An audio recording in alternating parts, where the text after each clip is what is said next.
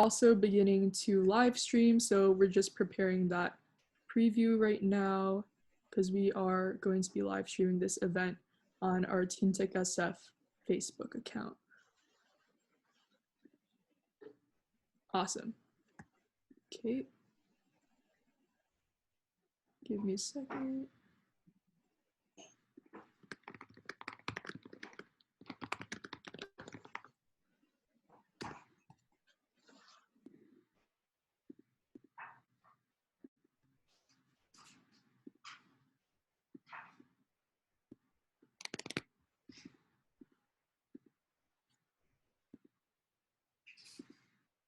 Sorry, just getting the live stream ready and then we'll get started because I think people are still being let in, so. Also, while we're waiting, if anybody has any questions for Cheryl Davis, who's our keynote speaker, and she's the SF Human Rights Commission, or for any of the TeenTechSF leadership, please just put them in the chat so that we can find them and ask your questions.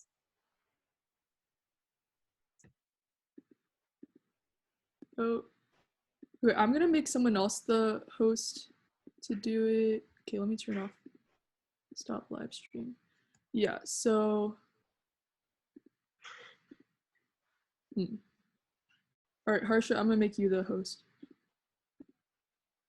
All right, so Harsha, I think you should be able to live stream, but I think I'm gonna get started now. All right, so welcome everyone to our very first TeenTechSF online event. It's our COVID Connect. So I'm Sarah Chung, and I'm the TeenTechSF Vice President. And the mission of TeenTechSF is to try to make tech accessible to all teens. So hopefully through this event, you can learn more about inclusivity during COVID-19 from Cheryl Davis, and we can hear about different youth initiatives under COVID-19 from our various youth panelists, as well as ending with a workshop about anything from 3D printing masks to database building and sewing masks. Hopefully that you can learn a lot from those workshops and just learn a lot from this event in general, and get inspired to go out there and also help out in your community during COVID-19 and maybe even utilize tech to do so. So I'm just gonna go through a few housekeeping things. So we do have co-hosts that will be moderating the chat. Please make sure to type in your questions to everyone during our keynote sessions for Cheryl Davis, as well as any questions for our youth panelists that the panel will be going on afterwards. These moderators will be checking the chat to see if the comments are appropriate. If they are inappropriate, we will be deleting them. And if it goes too far, we will also remove you from this meeting. So also make sure to mute yourself when you're not speaking, and also be careful about what you send in private chat because we're going to be saving the chat transcript and we'll be able to see what you send.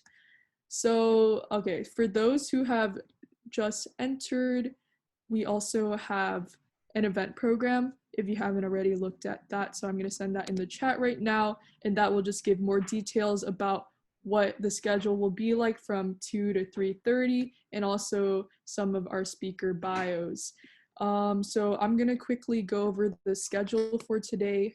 So right now we are going to be doing a welcome. Next is going to be Emilie Wong speaking for our opening, and then after that she will be introducing Cheryl Davis, our keynote speaker, who will be speaking about inclusivity and equity during COVID-19, and there will be a Q&A session. Following that will be a youth panel featuring Shivali from Girl Genius, Michelle and Dahlia from Masks for All, Sam from Kuriosity Robotics, and Brian, our TeenTechSF workshop chair, again followed by a Q&A session.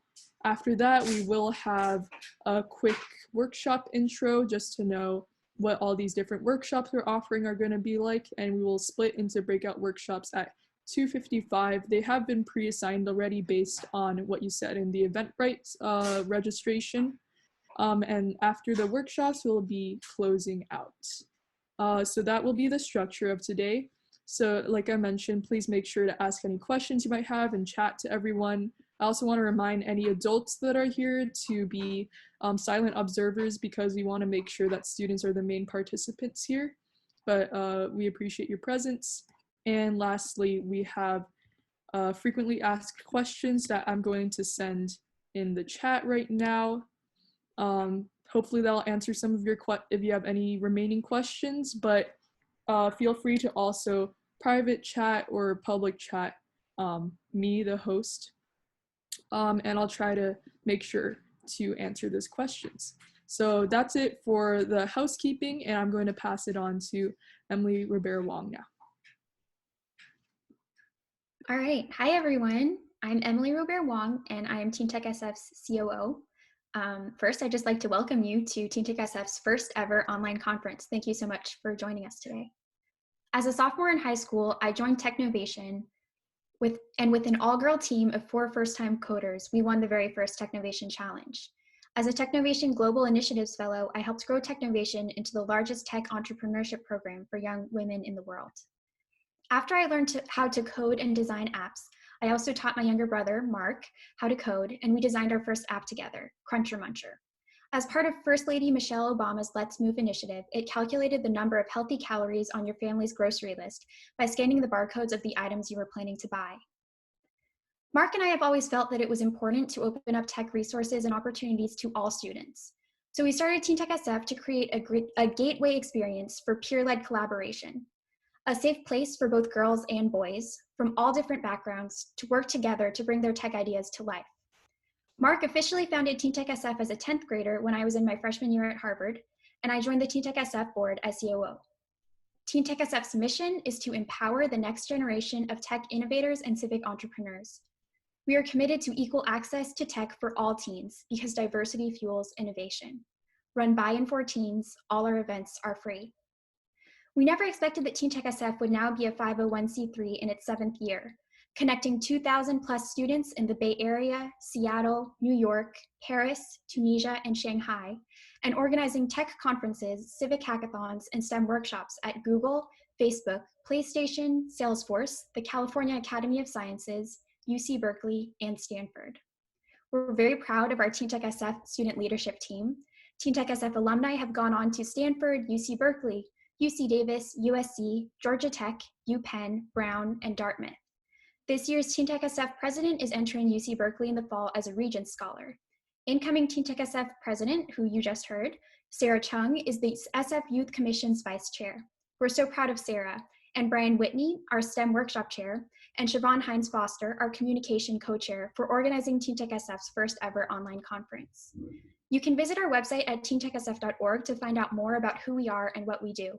And if you'd like to join the TeenTechSF leadership team, email us at teentechsf@gmail.com. Okay, so before we get started with our keynote, I will leave you with this final comment. Tech is a critical tool, and COVID-19 has shown us how important it is to be able to master using that tool, not only to help research vaccines and treatments, and analyze data and track the spread of the disease, but also to be able to order groceries, do our homework, and communicate with our friends. However, just as when you're a carpenter, everything starts to look like a nail, once you get started with tech, you can start to think you can innovate your way out of any situation. But tech is just a tool, a means to an end, and we must take on the challenge to determine what the purpose of tech is. We are here today to master tech skills, but we're all here to make sure that everyone has equal access to tech resources and opportunities. Our purpose must be to use tech to create the kind of society we want to live in. For example, in San Francisco's Mission District, UCSF did a study in April that found that less than 2% of community members from the mission had been exposed to COVID-19.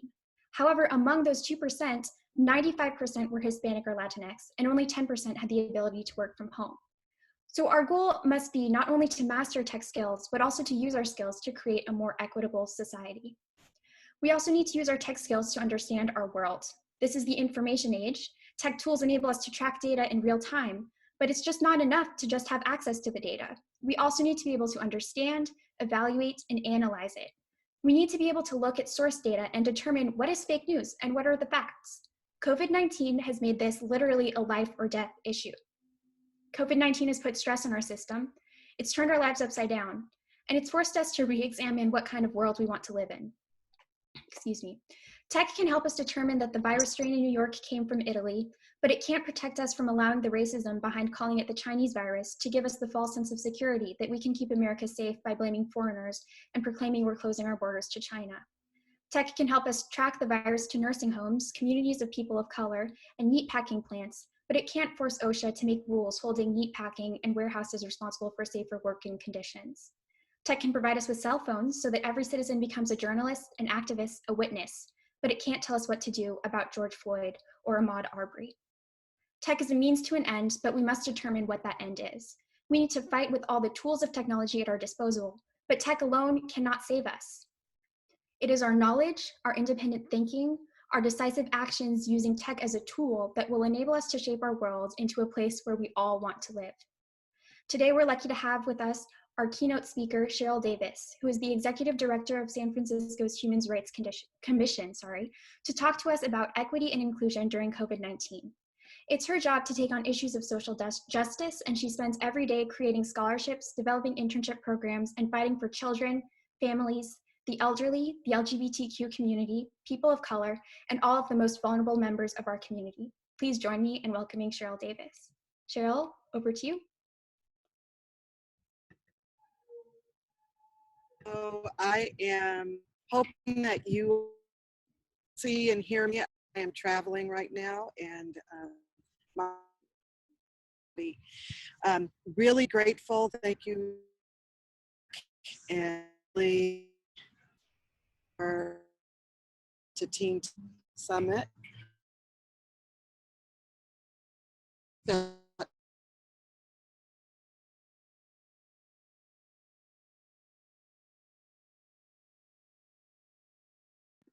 Cheryl, I think you're cutting out, but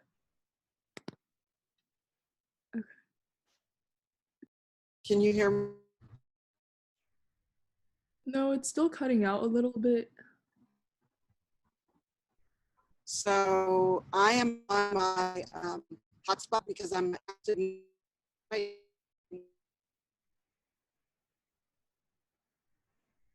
If there's much I can do. Can you hear me now? Yeah, it's a little better now, yeah. Okay. So listening to Emilie talk just reminded me of a couple of things as she was talking about technology as a tool. Can you still hear me? Yes. Because one of the things, and I think we'll mention that not so much to really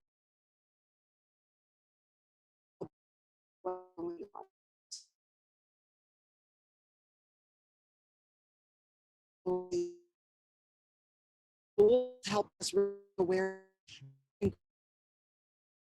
helped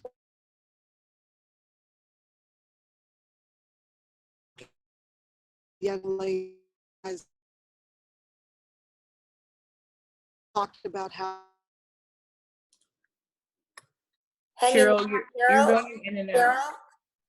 Siobhan has a good suggestion, which is we wanted to have everybody on video because then we can see everybody, but she says that that decreases our ability to see you. So everybody come off video and let's see if Cheryl can start again. Yeah, sorry about that, Cheryl. Can you start again with your keynote? Hopefully this will help. Okay, so stop video and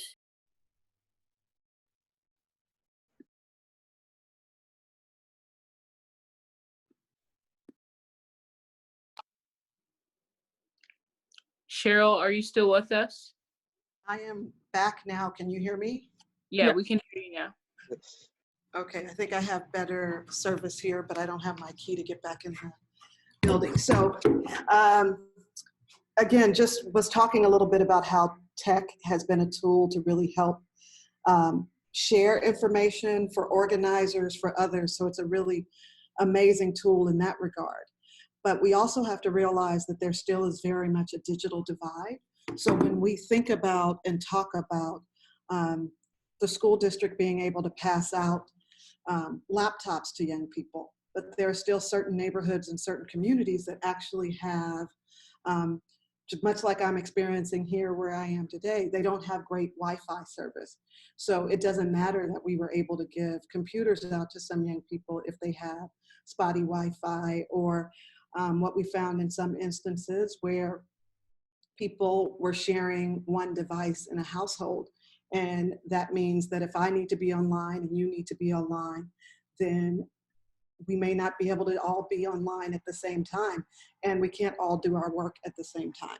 So I think some of what we've been trying to work on and trying to build around is, what does it look like for us to actually be accountable, but in a larger way, to make sure that everyone has the access. That's why programs like TeenTechSF are so important, because how do we make sure that young people not only have access to devices, and that they not only have access to Wi-Fi, but they also understand and have the ability to take advantage of the devices and things that they have.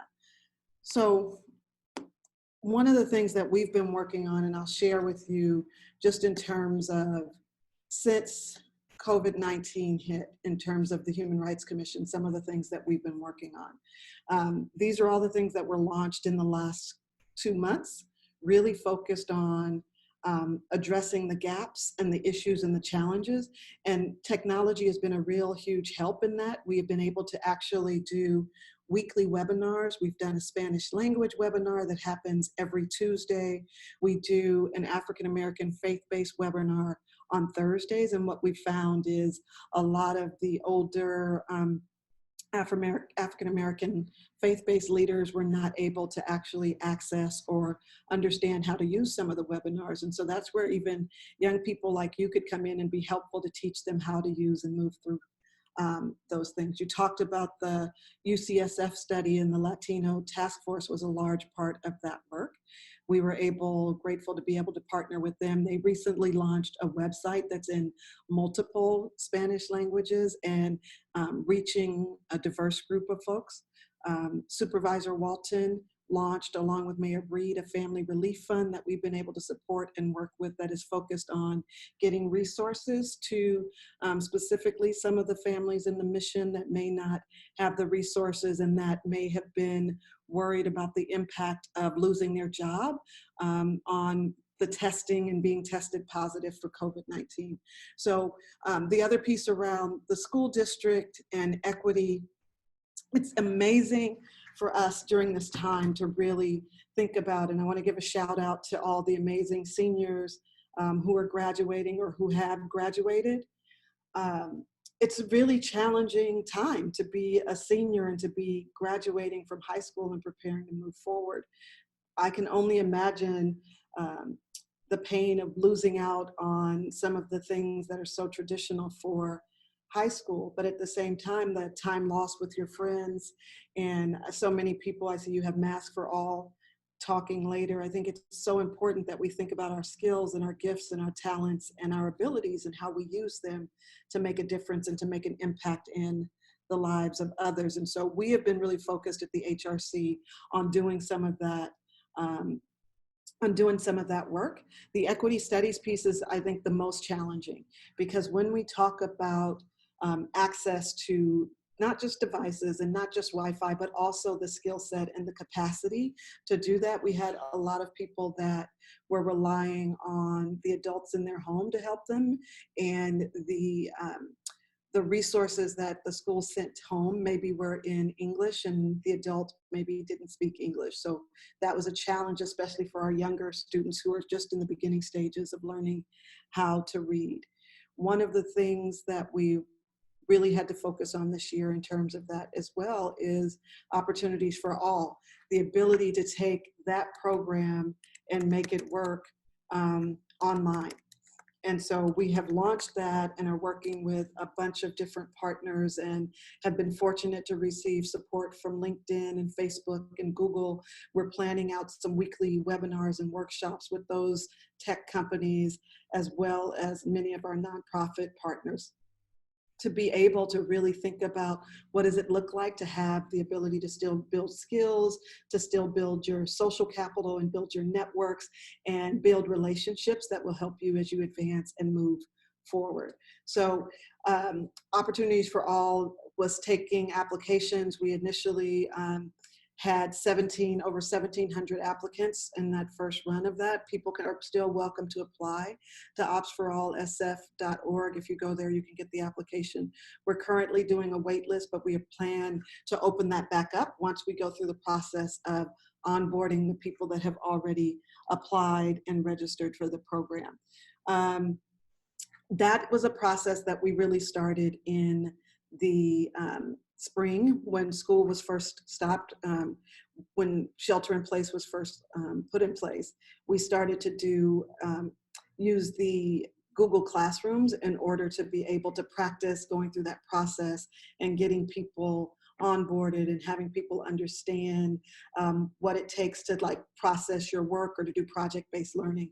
So this year, Opportunities for All will really be focused on project-based learning, working with young people to do research, to do some review of practices and policies, and then making recommendations on how we can improve them. One of which would be addressing the digital divide. Another would be educational equity, because we do know many of the same groups that are disproportionately impacted by the coronavirus will also be, and have also been before the coronavirus, disproportionately impacted by poverty, by the achievement gap, by health disparities. So we really want to make sure that we are addressing that and remembering that as we do this work. I'm just going to type the link in again for those who have asked for it. So, you know, there's a lot of work to being able to do that, as you all have known, but the other stressor is that it's really hard for people to spend a lot of time staring at the computer and having that engagement. So we're also trying to think about what it looks like to have the ability to do some things that are offline, even if it's not face-to-face, person-to-person. So we're still developing that. And so lastly, I would just say, you know, one of the biggest challenges right now is addressing the racial tension that's happening in this country, coupled with the pandemic. And unfortunately, many of the same people who were negatively impacted by the pandemic are the same people that were and are and continue to be negatively impacted by the racial tension and racism. So we are really going to have to figure out how we come together, how we support each other, how we make a difference, and how we are not just caught up in the moment, but in this for the long haul, for the long term, to make a difference, to make things better, not just for ourselves and our communities, but for our neighboring communities, for our friends, for our classmates, and for our city. And so I am just really grateful for all of you who are staying busy, being involved in this work, and doing this work. Julie, you know, with regards to Airbnb, like Airbnb is one of those companies that has been really hit hard by the pandemic and the inability of folks to travel at the rate that they were pre the pandemic. And so we're still exploring what that relationship will look like with them, but we still have quite a few partners that we're building out and excited about working with. So I'm just grateful again for the opportunity to share with you all just a little bit. And again, congratulations to the graduating class of 2020. So many wonderful things ahead of you, and I'm sure you're going to do amazing things in your future. Thank you so much, Cheryl, for your keynote. I think I could speak for everyone when I say that that was really informational. Thank you for that. So we do have a few questions here. So let's start off with, how have you seen students grow through Ops for All? What I hear from the students directly in terms of their growth is they feel more confident, especially engaging with adults in the workplace.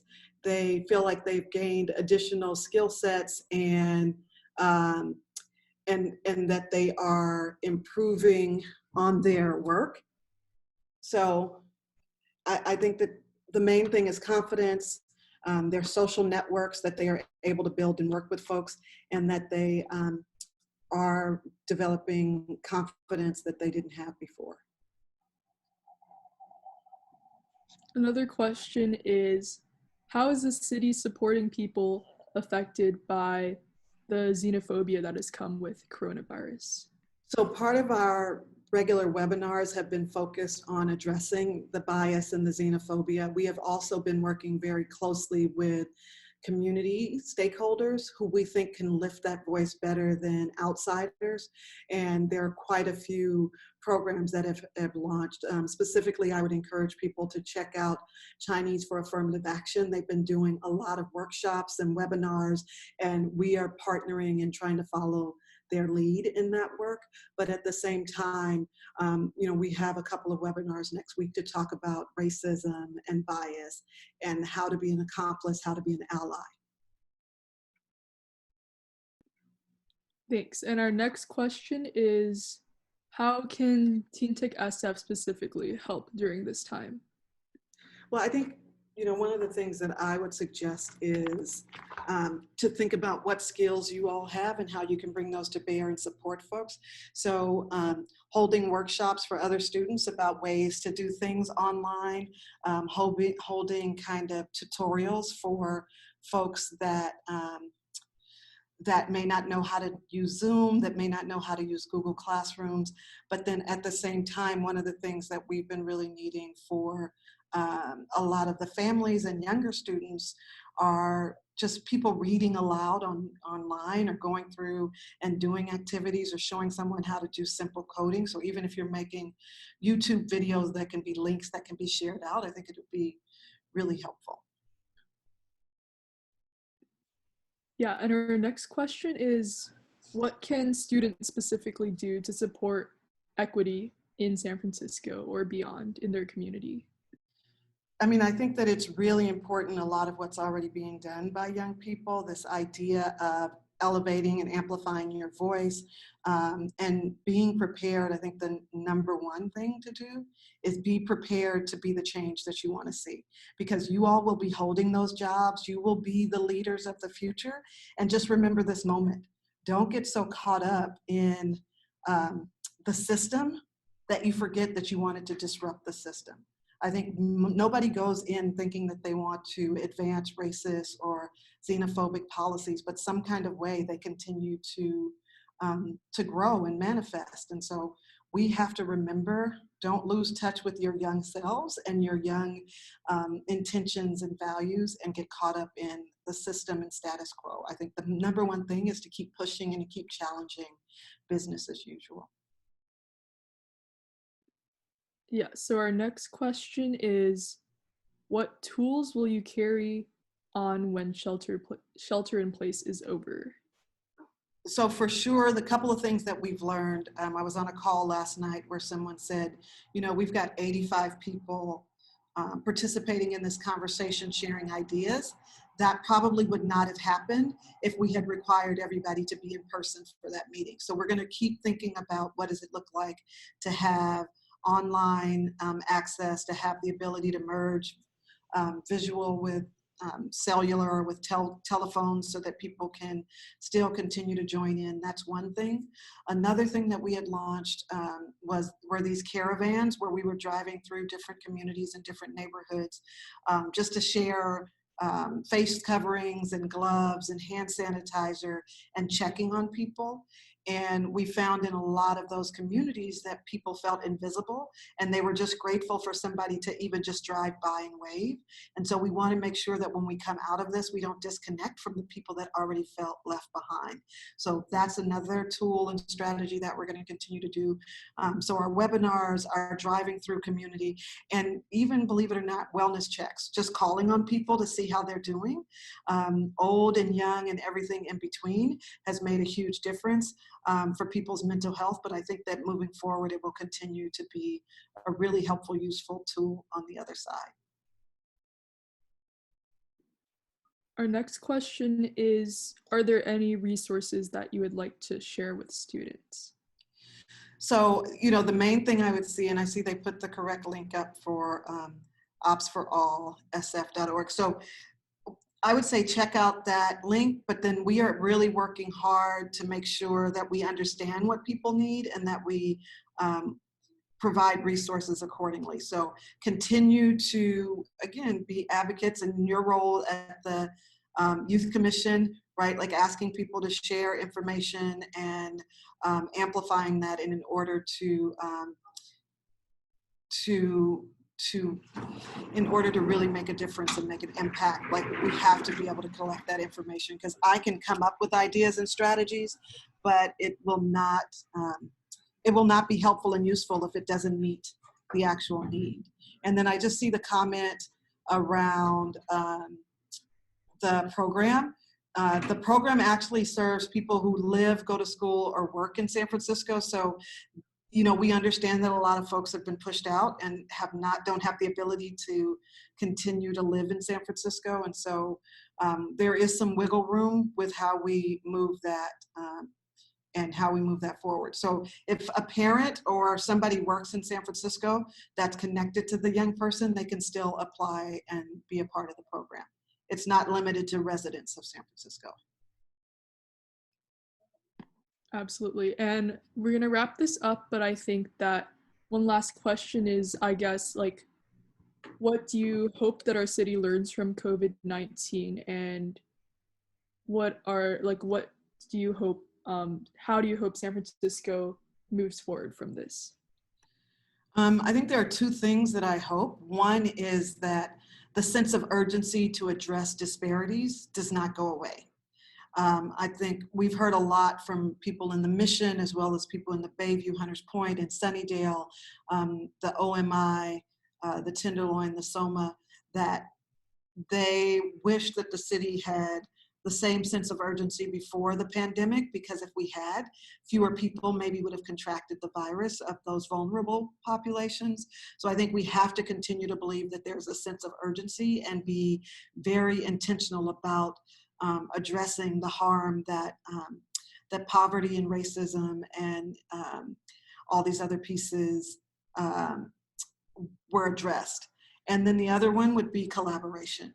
The way that the city has come together across the city, across city departments, across neighborhoods is critical for us to be able to continue to advance this work and to not be pointing the finger at each other and not be blaming each other. So those are two things that I hope will happen, that when we come out on the other side, that we are still collaborative, that we are focusing on the disparities that exist in this city and challenging that we have to take our time to address them, but that we move with a sense of urgency. Yeah, and lastly, I just got one question asking how students here can be able to contact you, like your email. Yeah, so I will so the best way to follow up and try to see how to be involved with some of the work and share your ideas is through Hrc Roundtable at sfgov.org. And so if people were to email there, then we will follow up there.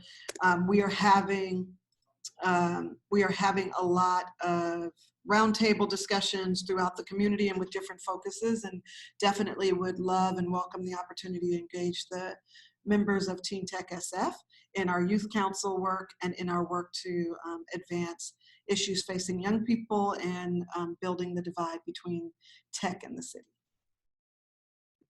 All right, so I think that's it for our keynote and Q&A. Thank you so much, Cheryl, for being here. Your work is so important to advancing equity here in San Francisco.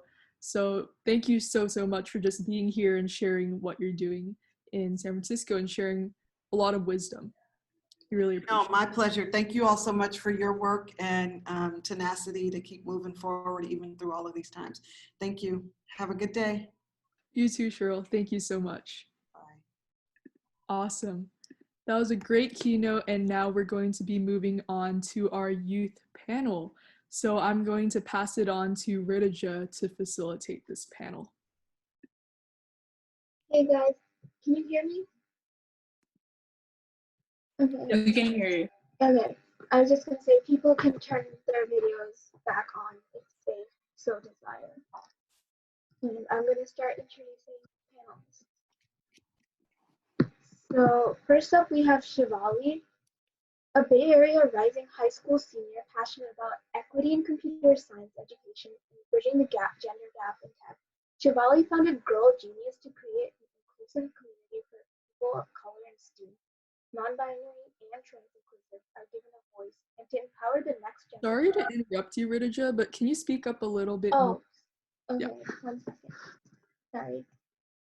Can you still hear me better? Yeah.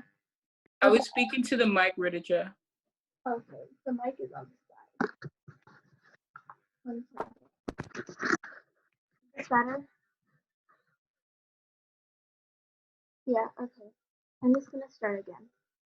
So first up we have Shivali, a Bay Area rising high school senior passionate about equity in computer science education and bridging the gender gap in tech. Shivali founded Girl Genius to create an inclusive community where people of color and STEAM, non-binary, and trans inclusive are given a voice to empower the next generation of female leaders. Since 2018, Girl Genius has impacted over 4,000 girls worldwide through their social media, Slack, and virtual events, and has over 150 contributors. Okay. Next, we have Sam Dong. Sam Dong designs and manufactures high-performing robots for competition. Based in Palo Alto, the Kuriosity Robotics team won the 2019-2020 NorCal Championships, qualifying for Worlds, and holds the California point record. Kuriosity Robotics strives to promote diversity in the STEM field and to bring robotics to underserved groups. During COVID-19, Kuriosity Robotics is 3D printing face shields and donating them to hospitals, nursing homes, and essential businesses. We have Michelle Song.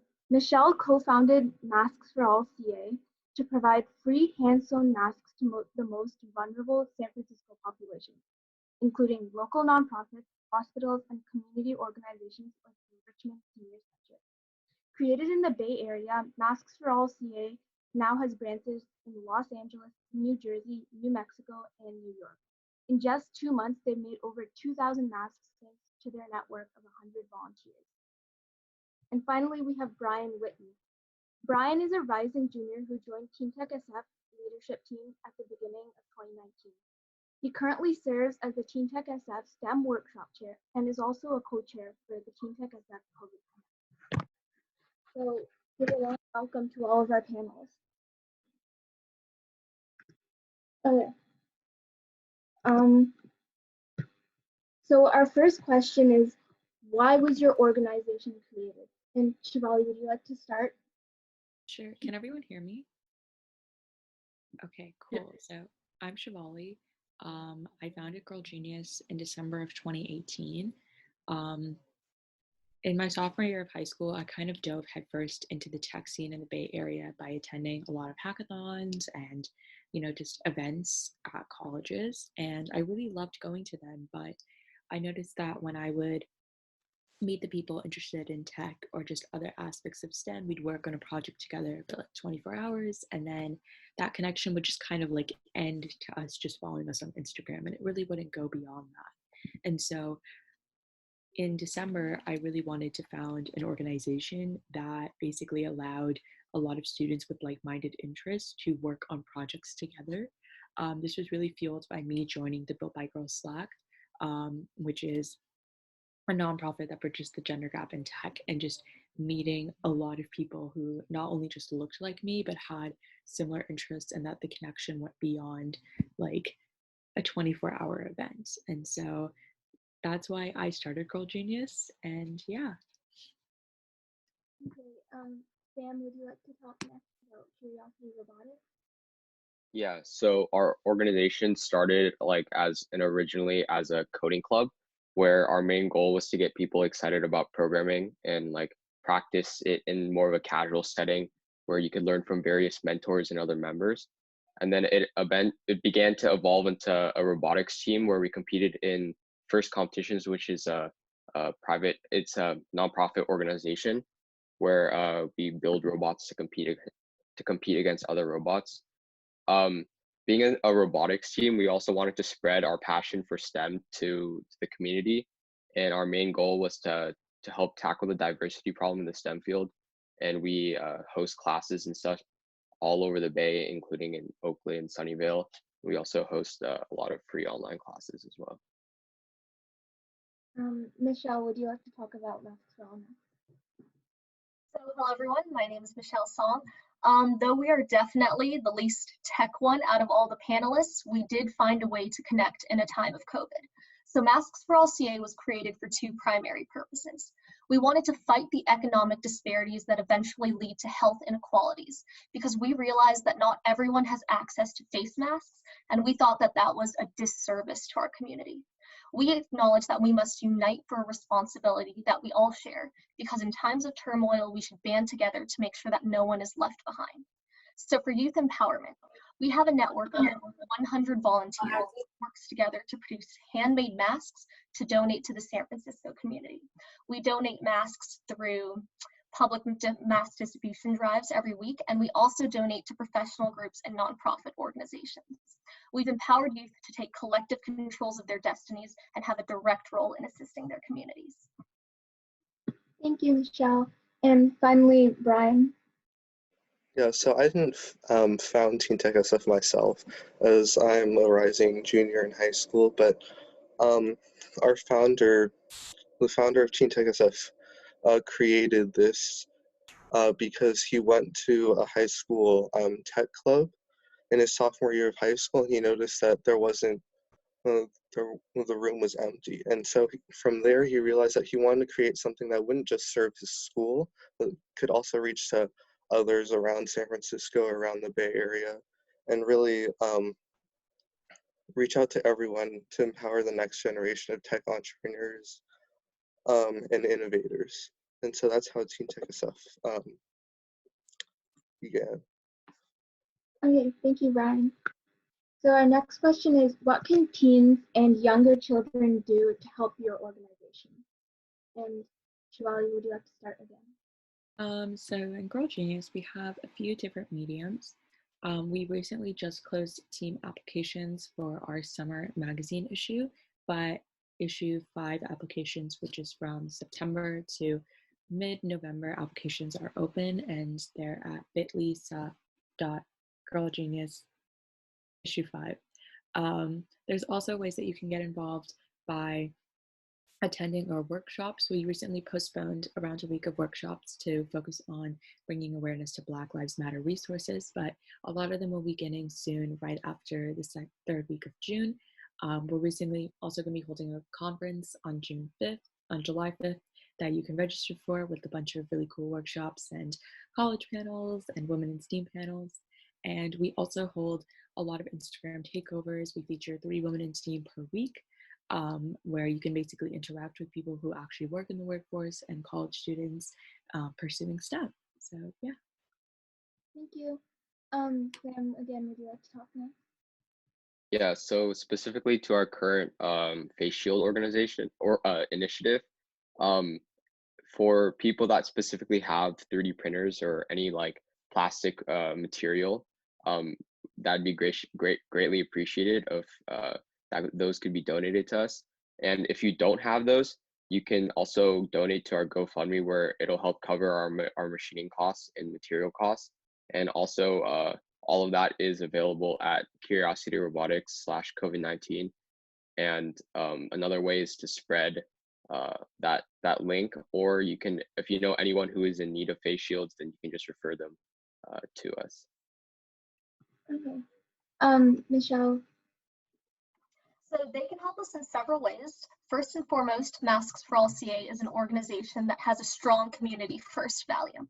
We're supported through donations and run by volunteers. So our supporters come in all forms, from donors, promoters, and our volunteers. You can help promote our organization on our Instagram, Facebook, and Twitter, so we can reach a wider audience to donate handmade masks to. All of those are under the tag Masks for All CA. And we also have 3 types of volunteers to help create our masks. We have cutting volunteers that cut our materials, sewing volunteers who use the cut materials to create handmade masks, and transportation volunteers who drop off and pick up materials and masks from our volunteers. All materials for our volunteers are provided, and excluding the transportation volunteers, volunteers never have to leave their homes. In the past, we've given volunteers stipends for their families who are having financial difficulties during the pandemic. And we have volunteers of all ages and backgrounds are welcoming to all. So if you're interested in volunteering, you can submit a form at masksforallca.org. Thank you. And Brian? Yeah, so you can get involved with TeenTechSF and support TeenTechSF by joining our leadership team. Even though we can't meet in person, we're still meeting online in Zoom conferences. And also, as Michelle said, for Masks for All, you can also help other people find out about TeenTechSF by sharing on social media. We have Facebook, Twitter, and Instagram, and also there's an ability through this conference for everyone to donate, not just to us, but the proceeds that you give through this conference will be split between us, TeenTechSF, Masks for All, and Kuriosity Robotics. So I highly recommend that if you're interested, join our leadership team and help to support us. Okay, so the next question is just for Brian. How do you think that our world will change due to COVID-19? Yeah, so our world has definitely changed a lot because obviously we cannot meet in person anymore.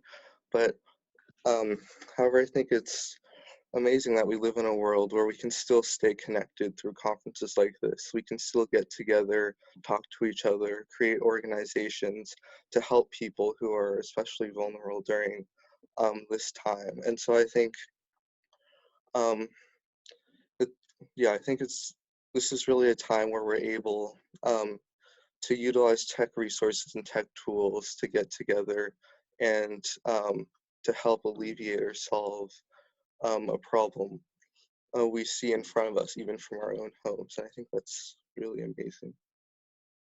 Okay. Thank you, Brian. So Michelle, how is your organization Masks for All CA helping support equity and inclusivity in the community? So we ensure that regardless of your background or financial ability, that you are provided with a handmade mask to protect the health of at-risk individuals. A virus does not discriminate, and neither should we. Everyone deserves to have protection in the times of this pandemic. We run weekly public mask distribution drives at a different location in San Francisco every week, and our chapters in Los Angeles, New Jersey, New Mexico, and New York do the same. We are committed to serving under-resourced communities, and because we understand that not everyone has the ability to physically attend our distributions, we also fulfill larger mask requests to nonprofit organizations and professional groups, while including the shipping cost. We cover everything. We want to make sure that regardless of your abilities, that you are covered in this time of the pandemic. Okay, thank you. Sam, how do you think that COVID-19 is going to shape the future of technology? I think it'll definitely like allow for a lot more people to get involved in tech in general, because from what I've seen in the maker community so far, it's been really cool to see how everyone quickly jumped to find solutions to this COVID-19 problem. Okay, thank you. And finally, Shivali, what is one piece of advice you would give to someone who's trying to start their own youth organization today? So I recently did a workshop on how I started Girl Genius. If you're interested in getting the full 1 hour lecture, you can just DM us on Instagram. But in short, the biggest piece of advice I would give you is to carefully choose your team. I really talk a lot about this in workshop, but you are as good as your team, truly. If there's even people who just like don't believe in your mission or just doing it for apps, it can turn into something that really doesn't make any impact at all. And don't be discouraged if people don't necessarily want to join your team at first. It definitely takes time. But you know, when you put in effort and time into the initiative, more people are going to want to reciprocate that. So it's definitely about coming up with a game plan and figuring out what do you want to do and what people you need in order to make that difference. Okay, thank you to all of our panelists. And now I'm going to turn it over to Daniel for the Q&A. Yeah, so thank you so much for all of the people attending. And one of the questions to Brian is, what are some of the requirements to join TeenTechSF's board? There aren't really, the only requirements are that you show up to 8 out of 10 of our monthly planning meetings. So typically we don't meet in July and December. And also that you actively be a student leader. So you attend the meetings and then you also help out at the workshops that we usually lead around the Bay Area or the workshops that we will be leading online. Sounds good. Okay. Another question is for Masks for All. Do you think life will ever go back to normal, or will we incorporate masks into our daily lives? Ooh, well, the word normal is very relative, first I have to point out, but I foresee at least for the next year or so, we will never truly feel the way that we did before the pandemic hit. And I say this for several reasons. Our economy was impacted. The way we handle social interaction was also changed.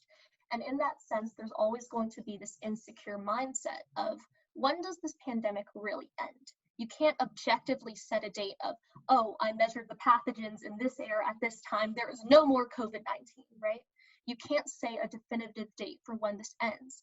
There's definitely a time where the issue is mitigated, and in that sense, society will begin to go back to working, physically be presented, but I think masks will definitely have a place in our society and our community through 2021. Okay, cool. A question for Kuriosity Robotics. Because there are so many negative things that are happening right now, what is one positive thing this quarantine will bring us? As I said before, I think it's just the unity that everyone has come to try to solve like one like problem, but various different solutions, and how everyone's been able to just come together and work together for one cause. Last but not least, a question for Shivali. What were the barriers you faced when you were creating your organization? I'm sorry, could you repeat the question? Yeah, no problem. What were the barriers you faced while founding your organization? I would say the biggest barrier for me was that I couldn't really go about it like a regular organization, because the problem I was trying to solve was connectivity. And, you know, despite living in the Bay Area and like 40 minutes away from San Francisco, at my high school, there's only like 4 girls I know interested in tech. And so starting like a local chapter really wouldn't solve the problem, because there was still only 4 people who were actually interested in what we wanted to pursue. And so I would say like navigating a remote initiative was something that was really new to me. I'm definitely still learning how to like talk to 150 people with different time zones, and like understanding them and like keeping track of like assignments, because you don't see these people every day. And it's a lot harder to, you know, manage someone if you don't casually just see them in math class and be like, hey, remember to do this. And so I would say that's like one of the barriers that I faced, but it definitely takes time. And I think that, you know, if you just put your mind to it and you like see and give feedback from your members on like how to navigate this, especially since everyone's doing remote things during COVID, on like how to communicate, I think that it can turn out really well. Okay, sounds good.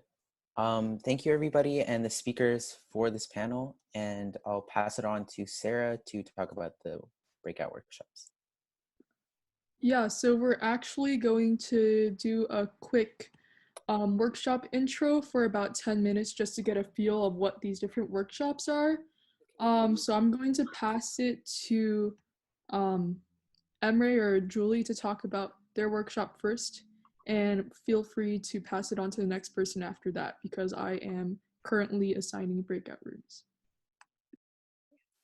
Okay, is everybody ready? What I'm going to do while Sarah is assigning you to breakout rooms is talk a little bit about COVID-19 and data literacy, and then set up the workshops for you. So the screen you're looking at now, we're not in New York. What is herd immunity? Stay home, V-shaped recovery. These are all things that come up during COVID, but it's hard to know, and we had a lot of really good questions, which if we don't have time now, I'll stay afterwards and we can discuss about how to understand what's happening from a data perspective. So one of the questions I got most often was, well, how do we know how safe we are where we are? So I'm going to switch over to Worldometer, and later on, Emilie is going to show how to create your own database. But for now, we're just going to use this one. It's already pre-done. You'll be able to create much better ones with your own information specifically about where you live. Right now, this is, if you look at total cases, you can go from the least risky to the most risky. But total cases doesn't really tell you the whole story, because US is not only 10% of the population of the world, but right now you can see that we have a third, a quarter of the total cases. So what you want to look for is over here, total cases per million population. And that will tell you more specifically which countries are in the worst shape. Some of these are little countries, so you want to concentrate on the larger countries, but like Chile is not one that I hear mentioned often, but it's really moving up. Spain, USA, Peru, these are all different from what they were before. If you want to look at deaths, whoops, let me go back to this one, total cases. All right, if you want to look at deaths, sometimes we look at deaths because it's a little bit hard to gauge how many people are sick or have the virus because we don't have the test. But when they die, a lot of countries are more reliable about saying what is the cause of death. And here you can see USA is only, and I say only because it's relative, at 337. But for instance, the UK or Spain is at 580.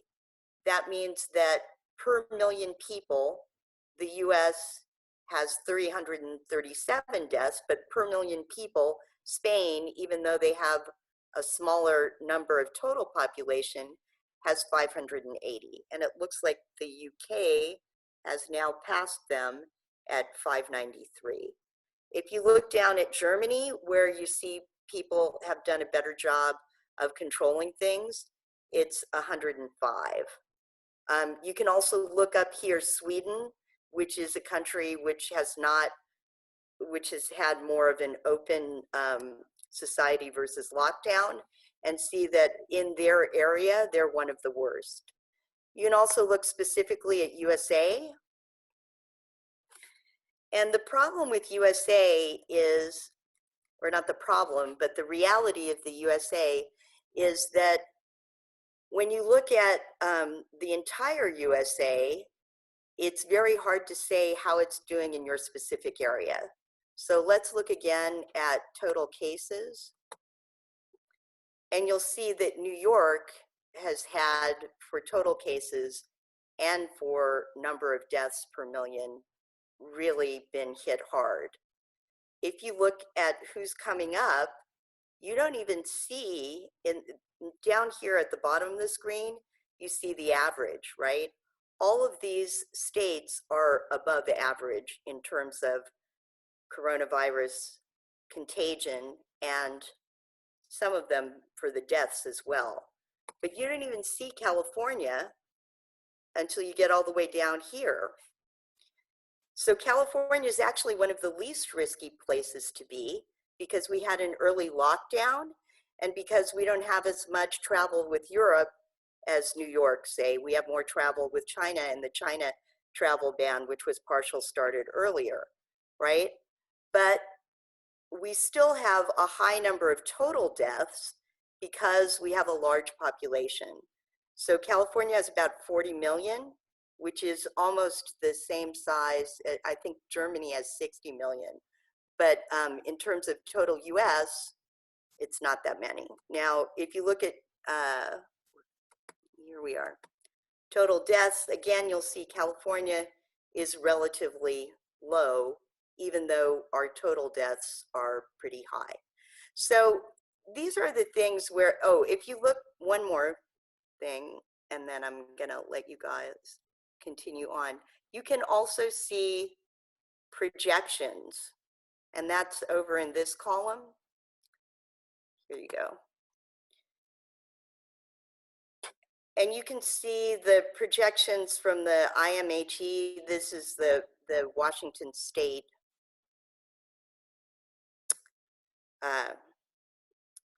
University projections, which a lot of people are using.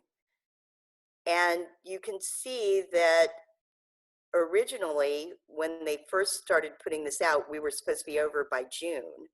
Now we're going all the way through August. But these are only projections. So this is what people think is going to happen, not necessarily what is actually going to happen. All right, so if people have questions about using databases to try to understand what's going on, sometimes you might see some place like Nebraska has really high, and that would be because they had a spike because of a meat packing plant or something like that. We can talk more about it, but I want to get to the workshops now. And I just want to say that you guys have access to an amazing amount of data. You have access to the same data that anybody else does who is doing projections or modeling or putting their information in the New York Times or CNN or the Atlantic. And what Emilie is going to do in his workshop is he's going to show you how to build a database. So you can get, for instance, the number of cases of coronavirus and the number of deaths in your zip code. And you can compare that to all California, any state in the United States, New York, or any place in the world. And Emilie is going to teach you how to build that kind of database. Sam from Kuriosity Robotics and Reed are going to talk about how to shape things using 3D printers. And I think that they have a number of different programs they're using. They use a pretty sophisticated one, and then they also use Tinkercad, which is online and accessible to everybody. And okay, I forgot your name, but the two co-founders of Masks for All, who are Michelle and Dahlia. Yes, thank you. Dahlia are going to talk about how to make masks, kind of maker movement that you can do right now today in your own home, probably with materials that you already have. So that's it for me. And if you have any questions, you can send them through the chat or stay afterwards and we can talk more about analyzing data for COVID-19. Thanks, everyone. Okay, so we are running a little bit behind, but maybe let's have, I think that, okay, so the breakout rooms are already assigned. So I don't know if the Kuriosity Robotics wants to do a quick like 1 minute intro, and then Masks for All give a quick 1 minute intro of what your workshop is. So first let's have Kuriosity Robotics, just a quick intro of your workshop. Yeah, our workshop is pretty much just going to be, we're going to teach you how to CAD in Onshape a face shield, and then we're going to also explain how it's connected to actually making it and 3D printing it. Thank you. And Masks for All, quick explanation. I can go ahead. We'll be explaining, I guess, how we you can do kind of a more simplified version at home. All right, thank you so much for your quick intros. And now we're going to do breakouts. So we're going to have the database workshop in the main room, and I've already assigned the breakouts for 3D mask printing and mask sewing with Masks for All. So you guys should see that pop up right about now. So please make sure to join the breakout room, and I hope you guys have a great breakout workshop.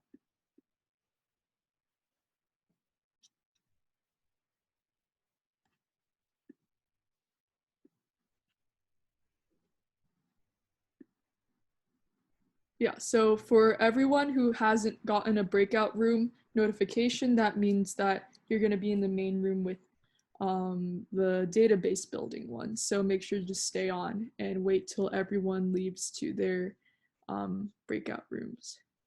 Emery, do you just want to get started? Sure. Okay. Hello. I think I have sent some resources in the chat with a link to the files that you'll have to download for this workshop, and also a link to cocalc.com, which is where we will be doing the activities for this workshop.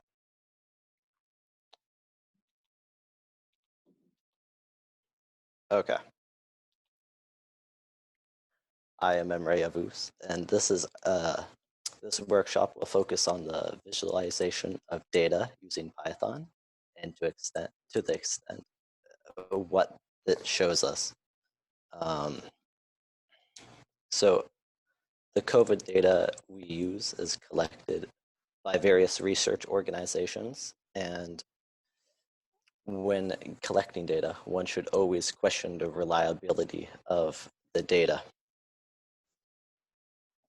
So the data we will be using is from Johns Hopkins University, and let me show the site. So here, this is their main page, and we get the data from their GitHub repository, and they use, and if you scroll down, you can see the government sources that you used to collect it. Okay.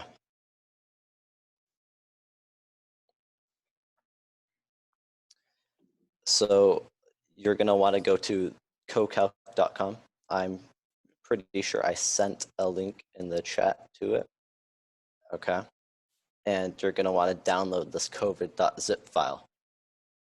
Once you do that, you're gonna want to find it and then go to CoCal. I already have it in, but you're gonna want to click this upload button and then find the file location. And once you have it, it'll show around here. And then in this terminal command prompt, you're gonna want to type in unzip covid.zip. So this is kind of what it looks like.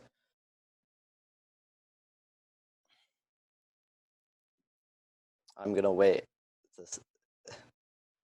for people to get to this point. Also, when you get into the CoCalc website, it will greet you with this welcome to cocalc.ipymb. You can close that.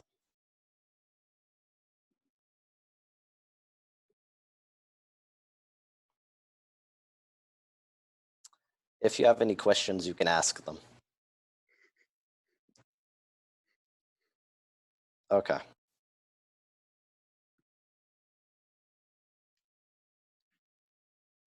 Can everyone give a thumbs up to let us know if you've made it to this step?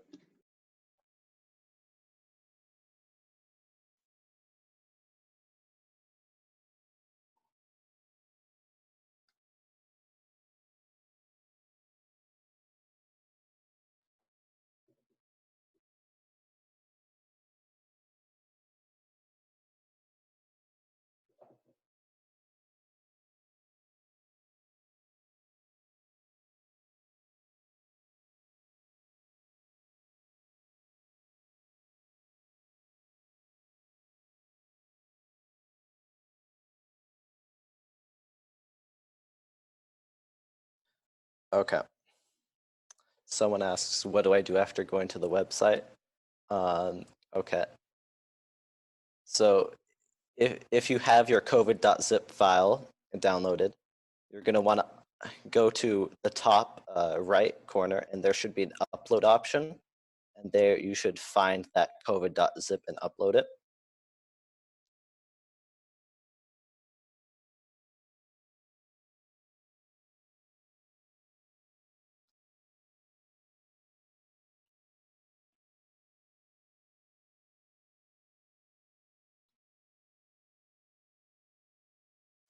once you're done with that, you can go to the terminal command right above it and type in this unzip covid.zip, and you should see the files open up below.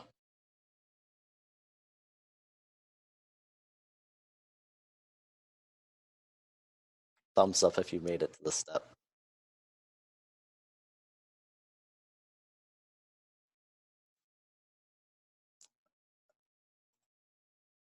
Okay.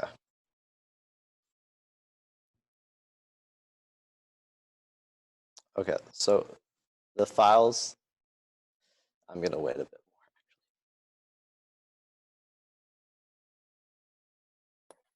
Emery, we got to keep moving more. along. Okay.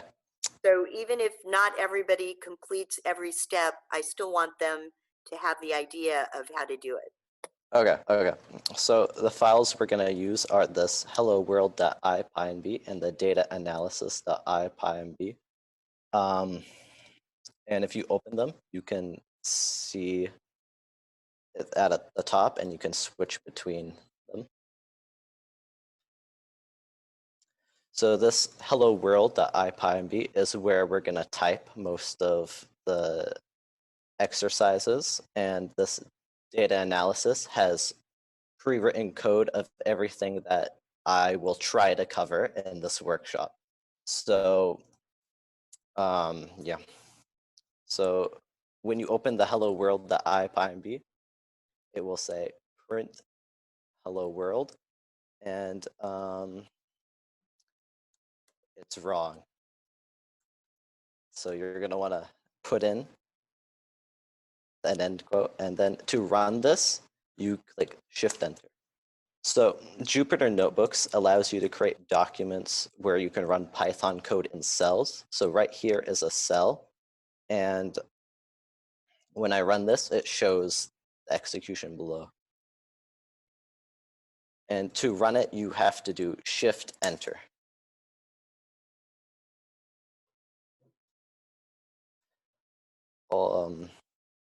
Okay.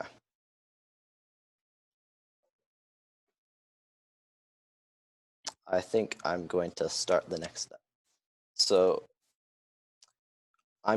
first I'm going to import pandas as PD. And pandas is a Python data analysis library tool.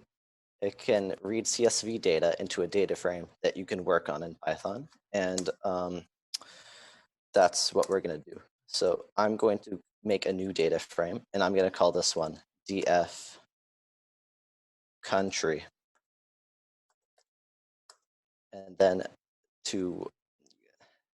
we're going to get a CSV file from the zip that we downloaded and hopefully unzip. And to do that, we do pd.read underscore CSV, and then the name, and then we have to give a name, which is cases country.csv.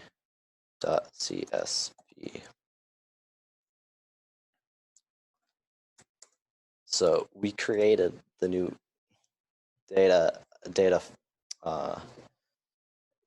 we create the new data table, and to show it, we do df, which stands for data frame, if you're wondering, country.head, like this.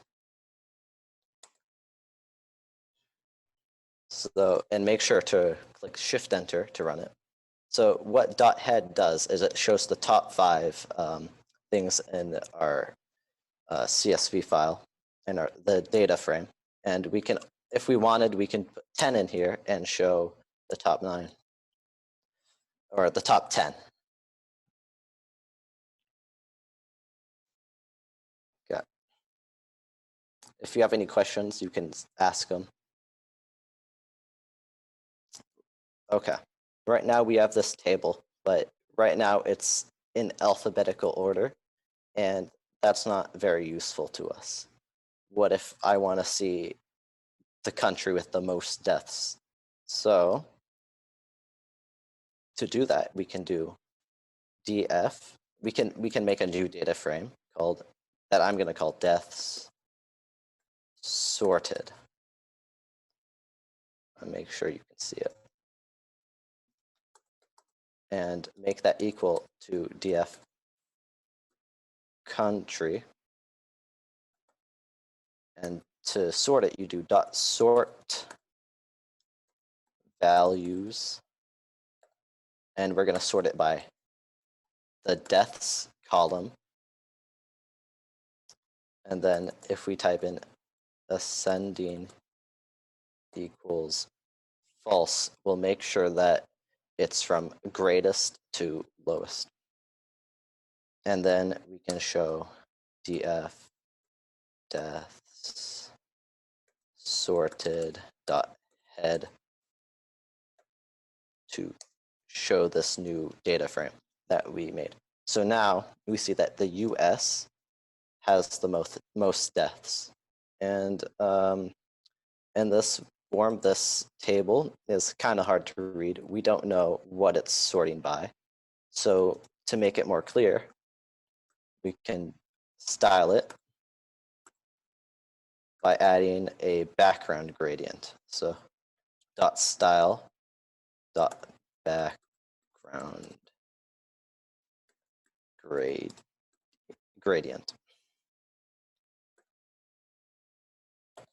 And to choose a color, you do color map or CMap equals, I'm going to choose red, and to do that, the reds, but you can also add blues, greens, and more colors.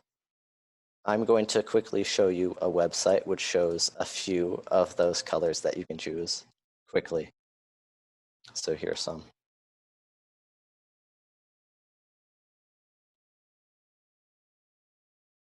Okay, I hope that was enough time. And from here, we need to specify what we're applying this to. So we're going to do subset. I'm going to apply it to deaths. And I can also apply it to another or multiple. So I'm also going to assign it to mortality rate. And uh-oh.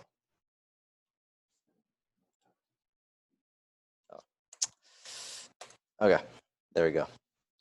So we can see, I'm going to show 10. So now we can clearly see what this table is trying to emphasize. And that is the US has the most deaths, but the US is actually pretty low on the mortality rate. And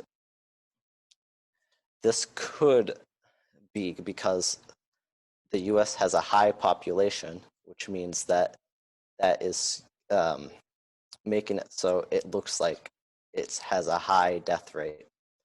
And we can take a better look at this by making a table that shows the deaths per population.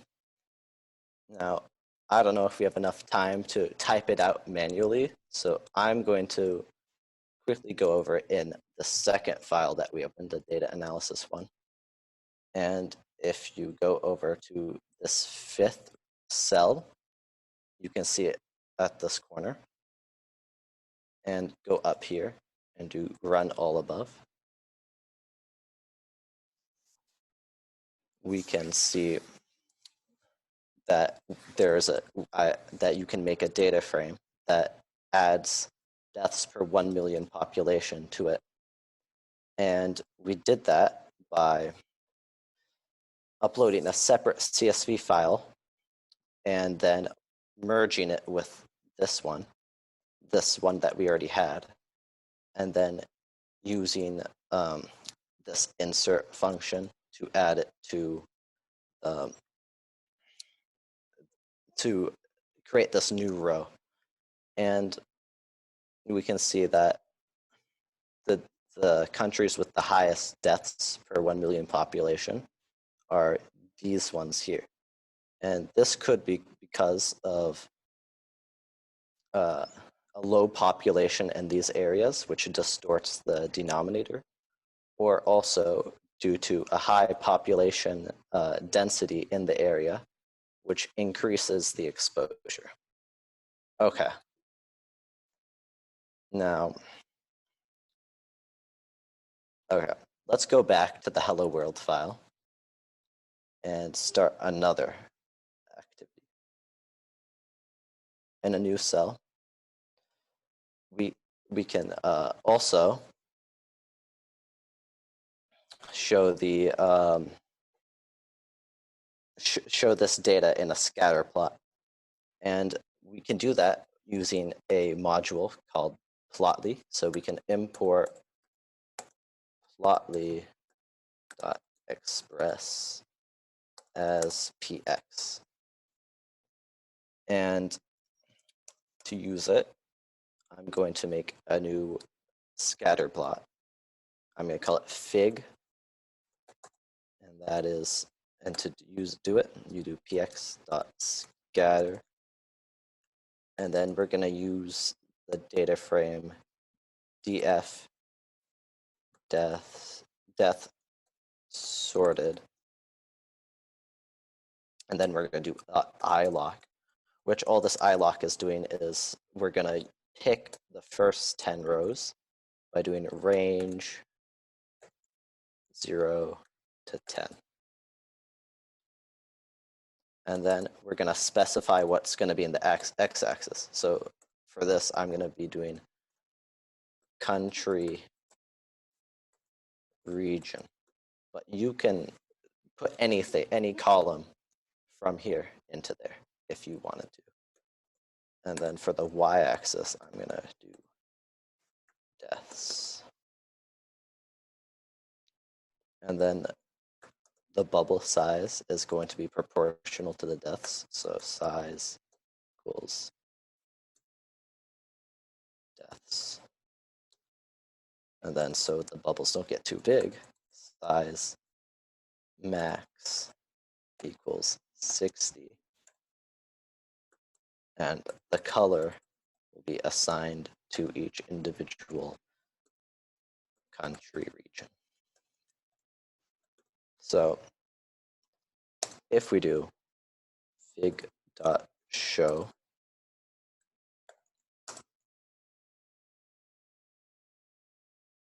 okay.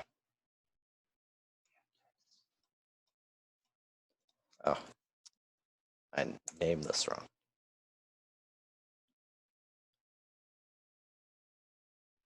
You should get that load viewer icon, and now we can see this plot. So the bubble size is bigger at this size because that's what we set it to. And it looks like it worked because the US has the highest amount of deaths. So this is just another way we can show this data. Okay. If you have any questions, you can ask them now before I go on to the next thing.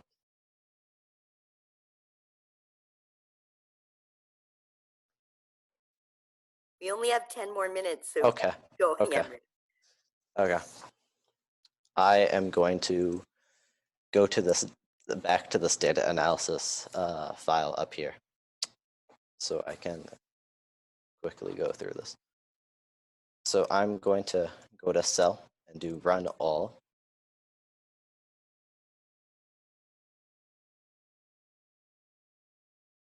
And here we use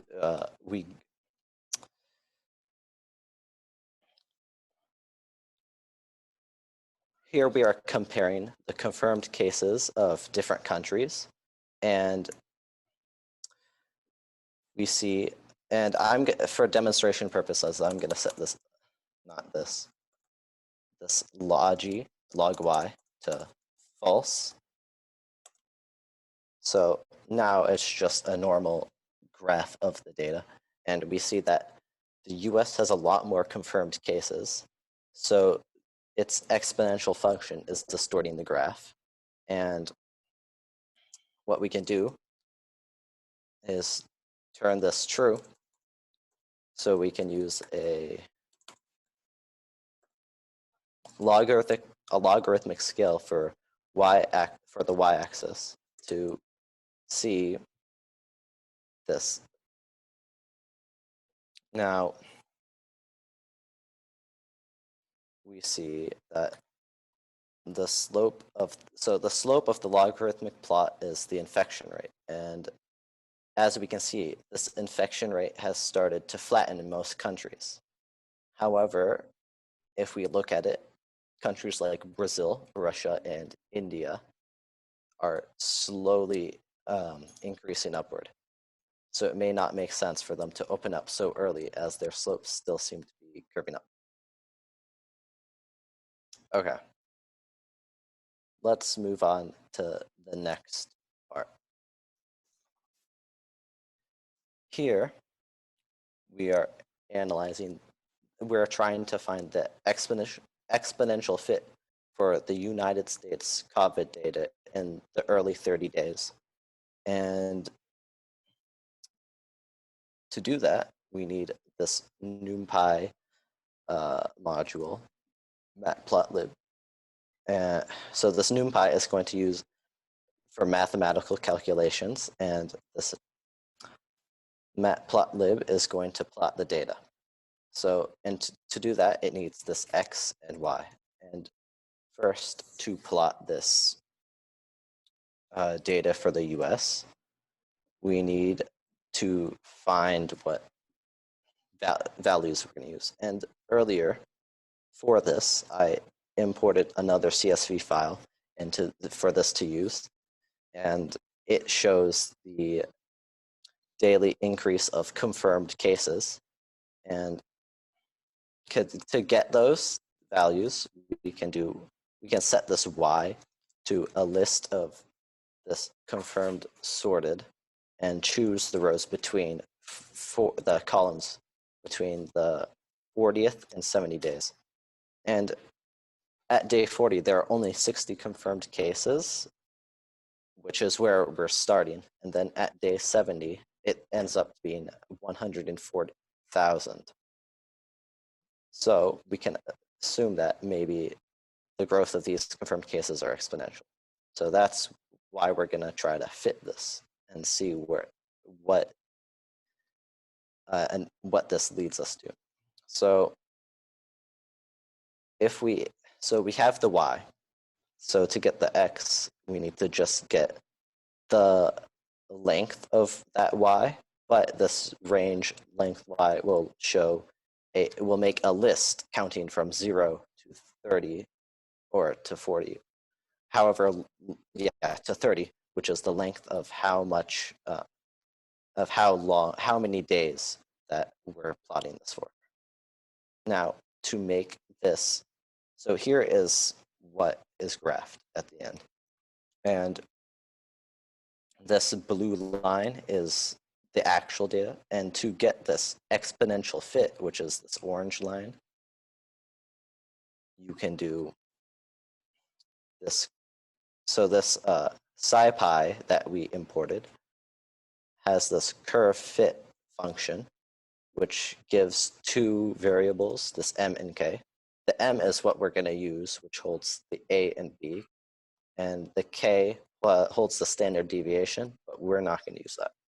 And it gets this from this lambda function, which this is the a times e to the bt, where t is time and b is the rate. And it uses the xy lists that we made earlier to find what a and b values to fit for. And that is under m. And to get those, we set this a to m0. So m is a list that holds two values. That the a value in this exponential formula is M0, and we set this B to M1. And to plot this, we need to do the same thing as before. So we have to get a new Y. And to do that, you just get the same formula and put these A and B values in that we just got. And then this, and since and this makes a list of the new values that will be plotted. So you do plt.plot x, which would be the same because it's the same amount of days, and then yx exp, which is what I named it, as the new y, and then we just get this. Now, if you have questions, you can ask them.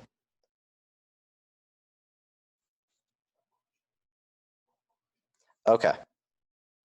So. Hey, Emery? Yeah? Ethan had a question asking if you have any other resources that you recommend. I can share that later.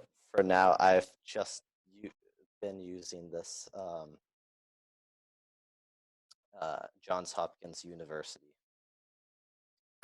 So I just posted I just posted like the Wired article that teaches you how to do the spread of COVID and some other ones from Mark in the chat. Okay. Well. So make sure yeah. that there are definitely different tools that you can look up to create your database, and Emery showed a great one today. And another big focus that we should have is making sure we're consulting all the information that's available to us. So like looking at the articles that Julie just sent, or consulting with all of the official databases that are out there in order to get our information and see what the numbers mean for ourselves. Okay. I think Johns Hopkins is one of the most reliable and well-regarded, but a lot of times you'll see in the news that they're using numbers that they kind of just made up. So it's really important that Emery is helping us access the data directly. Okay. How much time do we have left? 4 minutes. 4 minutes. 4 minutes. Okay. I'm going to try to wrap up. So if we were to continue, if I had time to continue, I would try to see, try to extend this growth another 10 days. And when we do that, using this, we find that this initial fitted exponential growth there ends up being a lot higher than what it becomes, and by doing outside data, we find that around day 25 is when we start doing the quarantine efforts. So efforts like that help a lot, because otherwise confirmed cases would be way higher.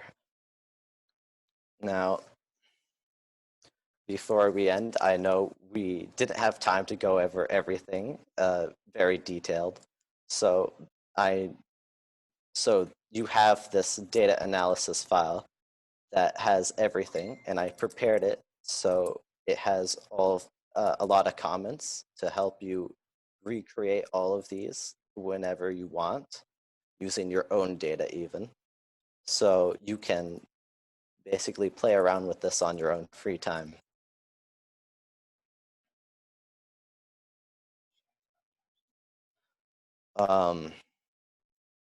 Also,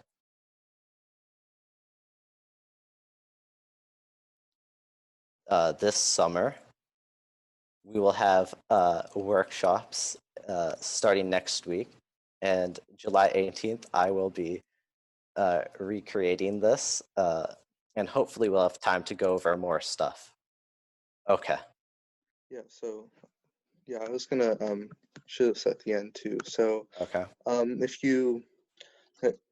if you enjoy this workshop or want to learn a little bit more, or if you're interested in other activities, we've created this series of new workshops that are going to be offered online. And if you want to explore this some more, come July 18th to our data analysis with Python workshop. Yeah, I'll repeat the same information as after everyone comes back for the closing. So yeah. Okay.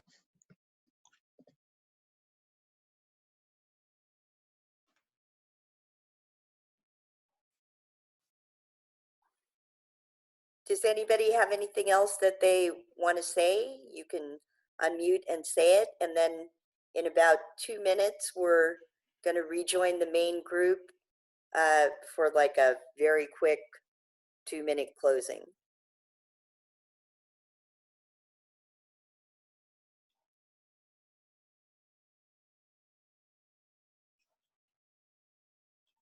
No. I'm gonna put the link to the GitHub in the chat. Okay, we have a question for Brian, and that person really enjoyed Emerie's workshop, and he's wanting to know, how can we sign up for the other workshops? Of course. So we'll be sending out an email to everyone in the near future, in the next few days. That'll say something along the lines of join us for the TeenTechSF Summer Workshop Series. And that'll take you to another Eventbrite where you can check off which workshops that you'd want to attend. Okay, so everybody who registered for this event will get a follow-up email with all of the links to register for the summer series.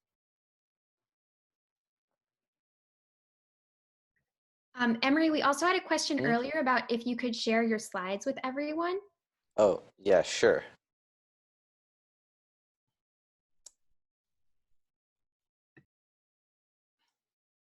Okay. I'll share later because right now I'm working offline and it doesn't let me share. I can share it. Okay. Is that okay? Yeah. We can also send an email out to everybody who attended this event with a link to those slides afterwards if we can't do it right now.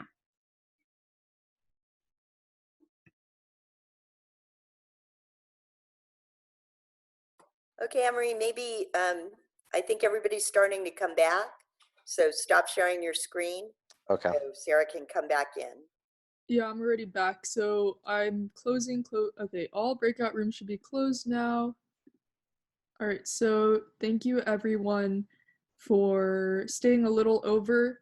I hope you guys all learned a lot from your workshops. I hopped around and I certainly learned a lot, and everyone here is doing such important work. So I really appreciate you all. So we're gonna do a really quick closing to just wrap things up. So if people want to, if we could have one person from each breakout just like share what they learned, that'd be really cool. So if someone wants to chat or just like unmute yourself and say what you learned, that'd be really great to just share with everyone. So if you want to talk, just like raise your hand, I could call on you. Yeah, so I see a David, you want to say something? Go ahead. Well, I learned about how to make a mask and more about the Masks for All CA and just how to distribute it, which was very helpful and interesting. Really liked it. And also the whole data thing was also really interesting. Thank you, David, for sharing. Does anyone want to share anything from the 3D mask printing workshop about what they learned? Just raise your hand if you want to speak. Or if not, the workshop leaders can share what they taught.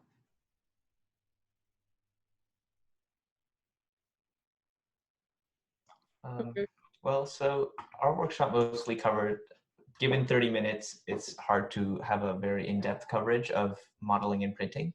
but we taught what we believe to be the very basics of 3D modeling, which is how to manipulate such an environment as Onshape to create a 3D object and how it can be applied to manufacture things.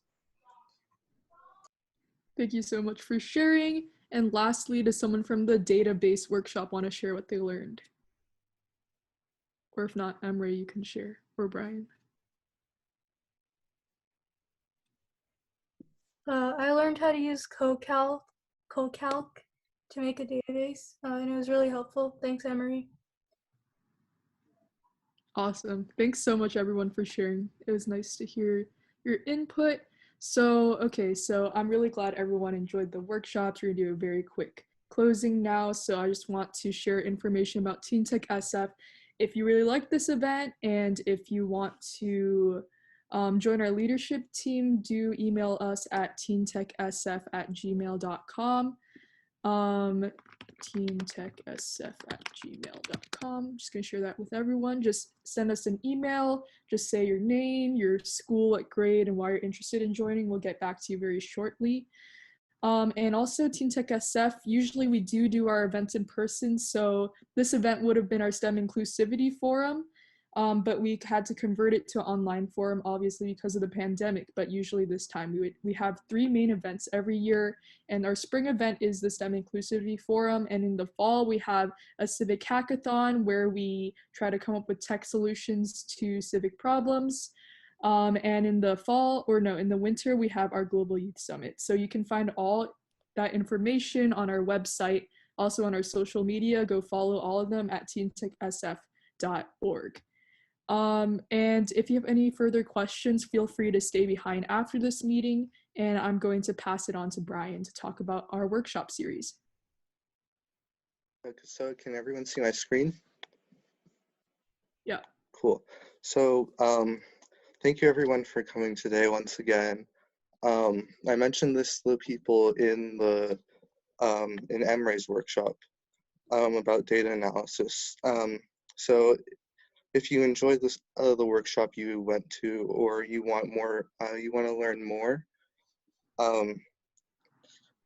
learn different tech programs that you can do from home, we've created a series of new workshops that are specially made for online. So starting next weekend, they're all going to start at the same time as this event, 2 p.m.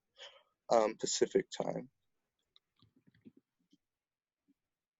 Yeah, so again, make sure to follow our social medias and check out our website for more information about that. So everyone from this event will be getting a follow-up email where we will be releasing more information about this event, including a link to our Eventbrite, so you can sign up for the workshop series directly, so stay tuned. Awesome, thank you, Brian, for sharing. So Brian is one of our co-chairs for this event. So we're gonna pass it on to Siobhan, who's our other co-chair for this event, to just thank our speakers. Hi, everyone. Thanks for coming to this. Also, special thanks to all our presenters, especially our speaker, Cheryl Davis, our keynote speaker, and also everyone who participated in our panel and also held the workshop. Thank you so much, Siobhan. And sorry, I'm looking at some questions and people are asking about the recording. So we'll send all that information about where you can access the recording and the recordings for the breakout workshops through an event. An email through Eventbrite. So just make sure to look out for that email with follow-up information. And if you don't receive the recording or how to access that, do email us at teentechsf@gmail.com. So, okay, we're gonna have Colton, our finance chair, just talk a little bit about donations. Hi everyone, my name is Colton. I'm the TeenTechSF's finance chair. I just wanted to say thank you to all of our, real quickly, say thank you to all of our sponsors at Facebook, Youth Funding Youth Ideas, and Sharp. I also wanted to give one last reminder about donations and how anyone who has donated around 25 or above will be given, or will be emailed on Eventbrite and be given or mailed a mask, custom TeenTechSF mask, as well as all of these donations will be shared among Masks for All and Kuriosity Robotics, including TeenTechSF. And all of your donations will also help other people in need, including different students and different people in healthcare. Absolutely. So one last thing, we want to send out this Google form. Please fill it out just to give feedback on our event, so we can know how we can improve on our events. So please make sure to fill out that that Google form. And just want to give one last thank you to everyone for attending. We really hope that you learned a lot. If you have any questions for the workshop leaders, please stay behind. Or for the TeenTechSF leadership team, please stay behind and we can talk. But everyone else is free to go. Thank you so much. Wait, Sarah. Yes. While you guys are clicking on the Google form, which I recommend you click right now and start filling it out. While you guys are filling it out, I just wanted to say thank you to Sarah, Brian, and Siobhan, who organized this event, and also all of our team leaders like Colton, who does a great job managing our finances, which we have 20,000 in fundraising this year. So if you want to join that team, that's Colton, and Emilie, who's one of our workshop leaders with Brian. So I just want to say that I get to be the adult ally, and these students are amazing. And when they go on to apply to college, they have amazing things to say that they've done. They've organized events. I know this one is online, but also at Google, at Facebook. Brian was there last summer doing demos at Facebook, at UC Berkeley, at Stanford. And so I just really encourage you to join the leadership team and be like these students who are doing amazing things. Thank you. All right, again, thank you everyone for attending. So please feel free to go, and thank you everyone for staying over. We really appreciate it. But yeah, please stay behind if you do have questions for TeenTechSF or for our workshop panelists, but everyone is free to go. So yeah, we'll just stay behind and we'll answer any questions people may have. So yeah, definitely panelists or workshop leaders stay behind for a little bit, and thanks for your patience.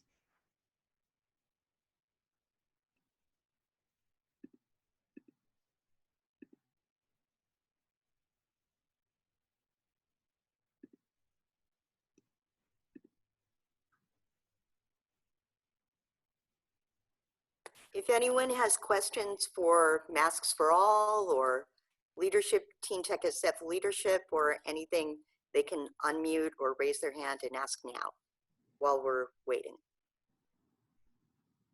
Also, should we end the recording? Yes, let's end. Brian? So I guess I pressed the stop button, right? I don't know, it says still recording. Okay.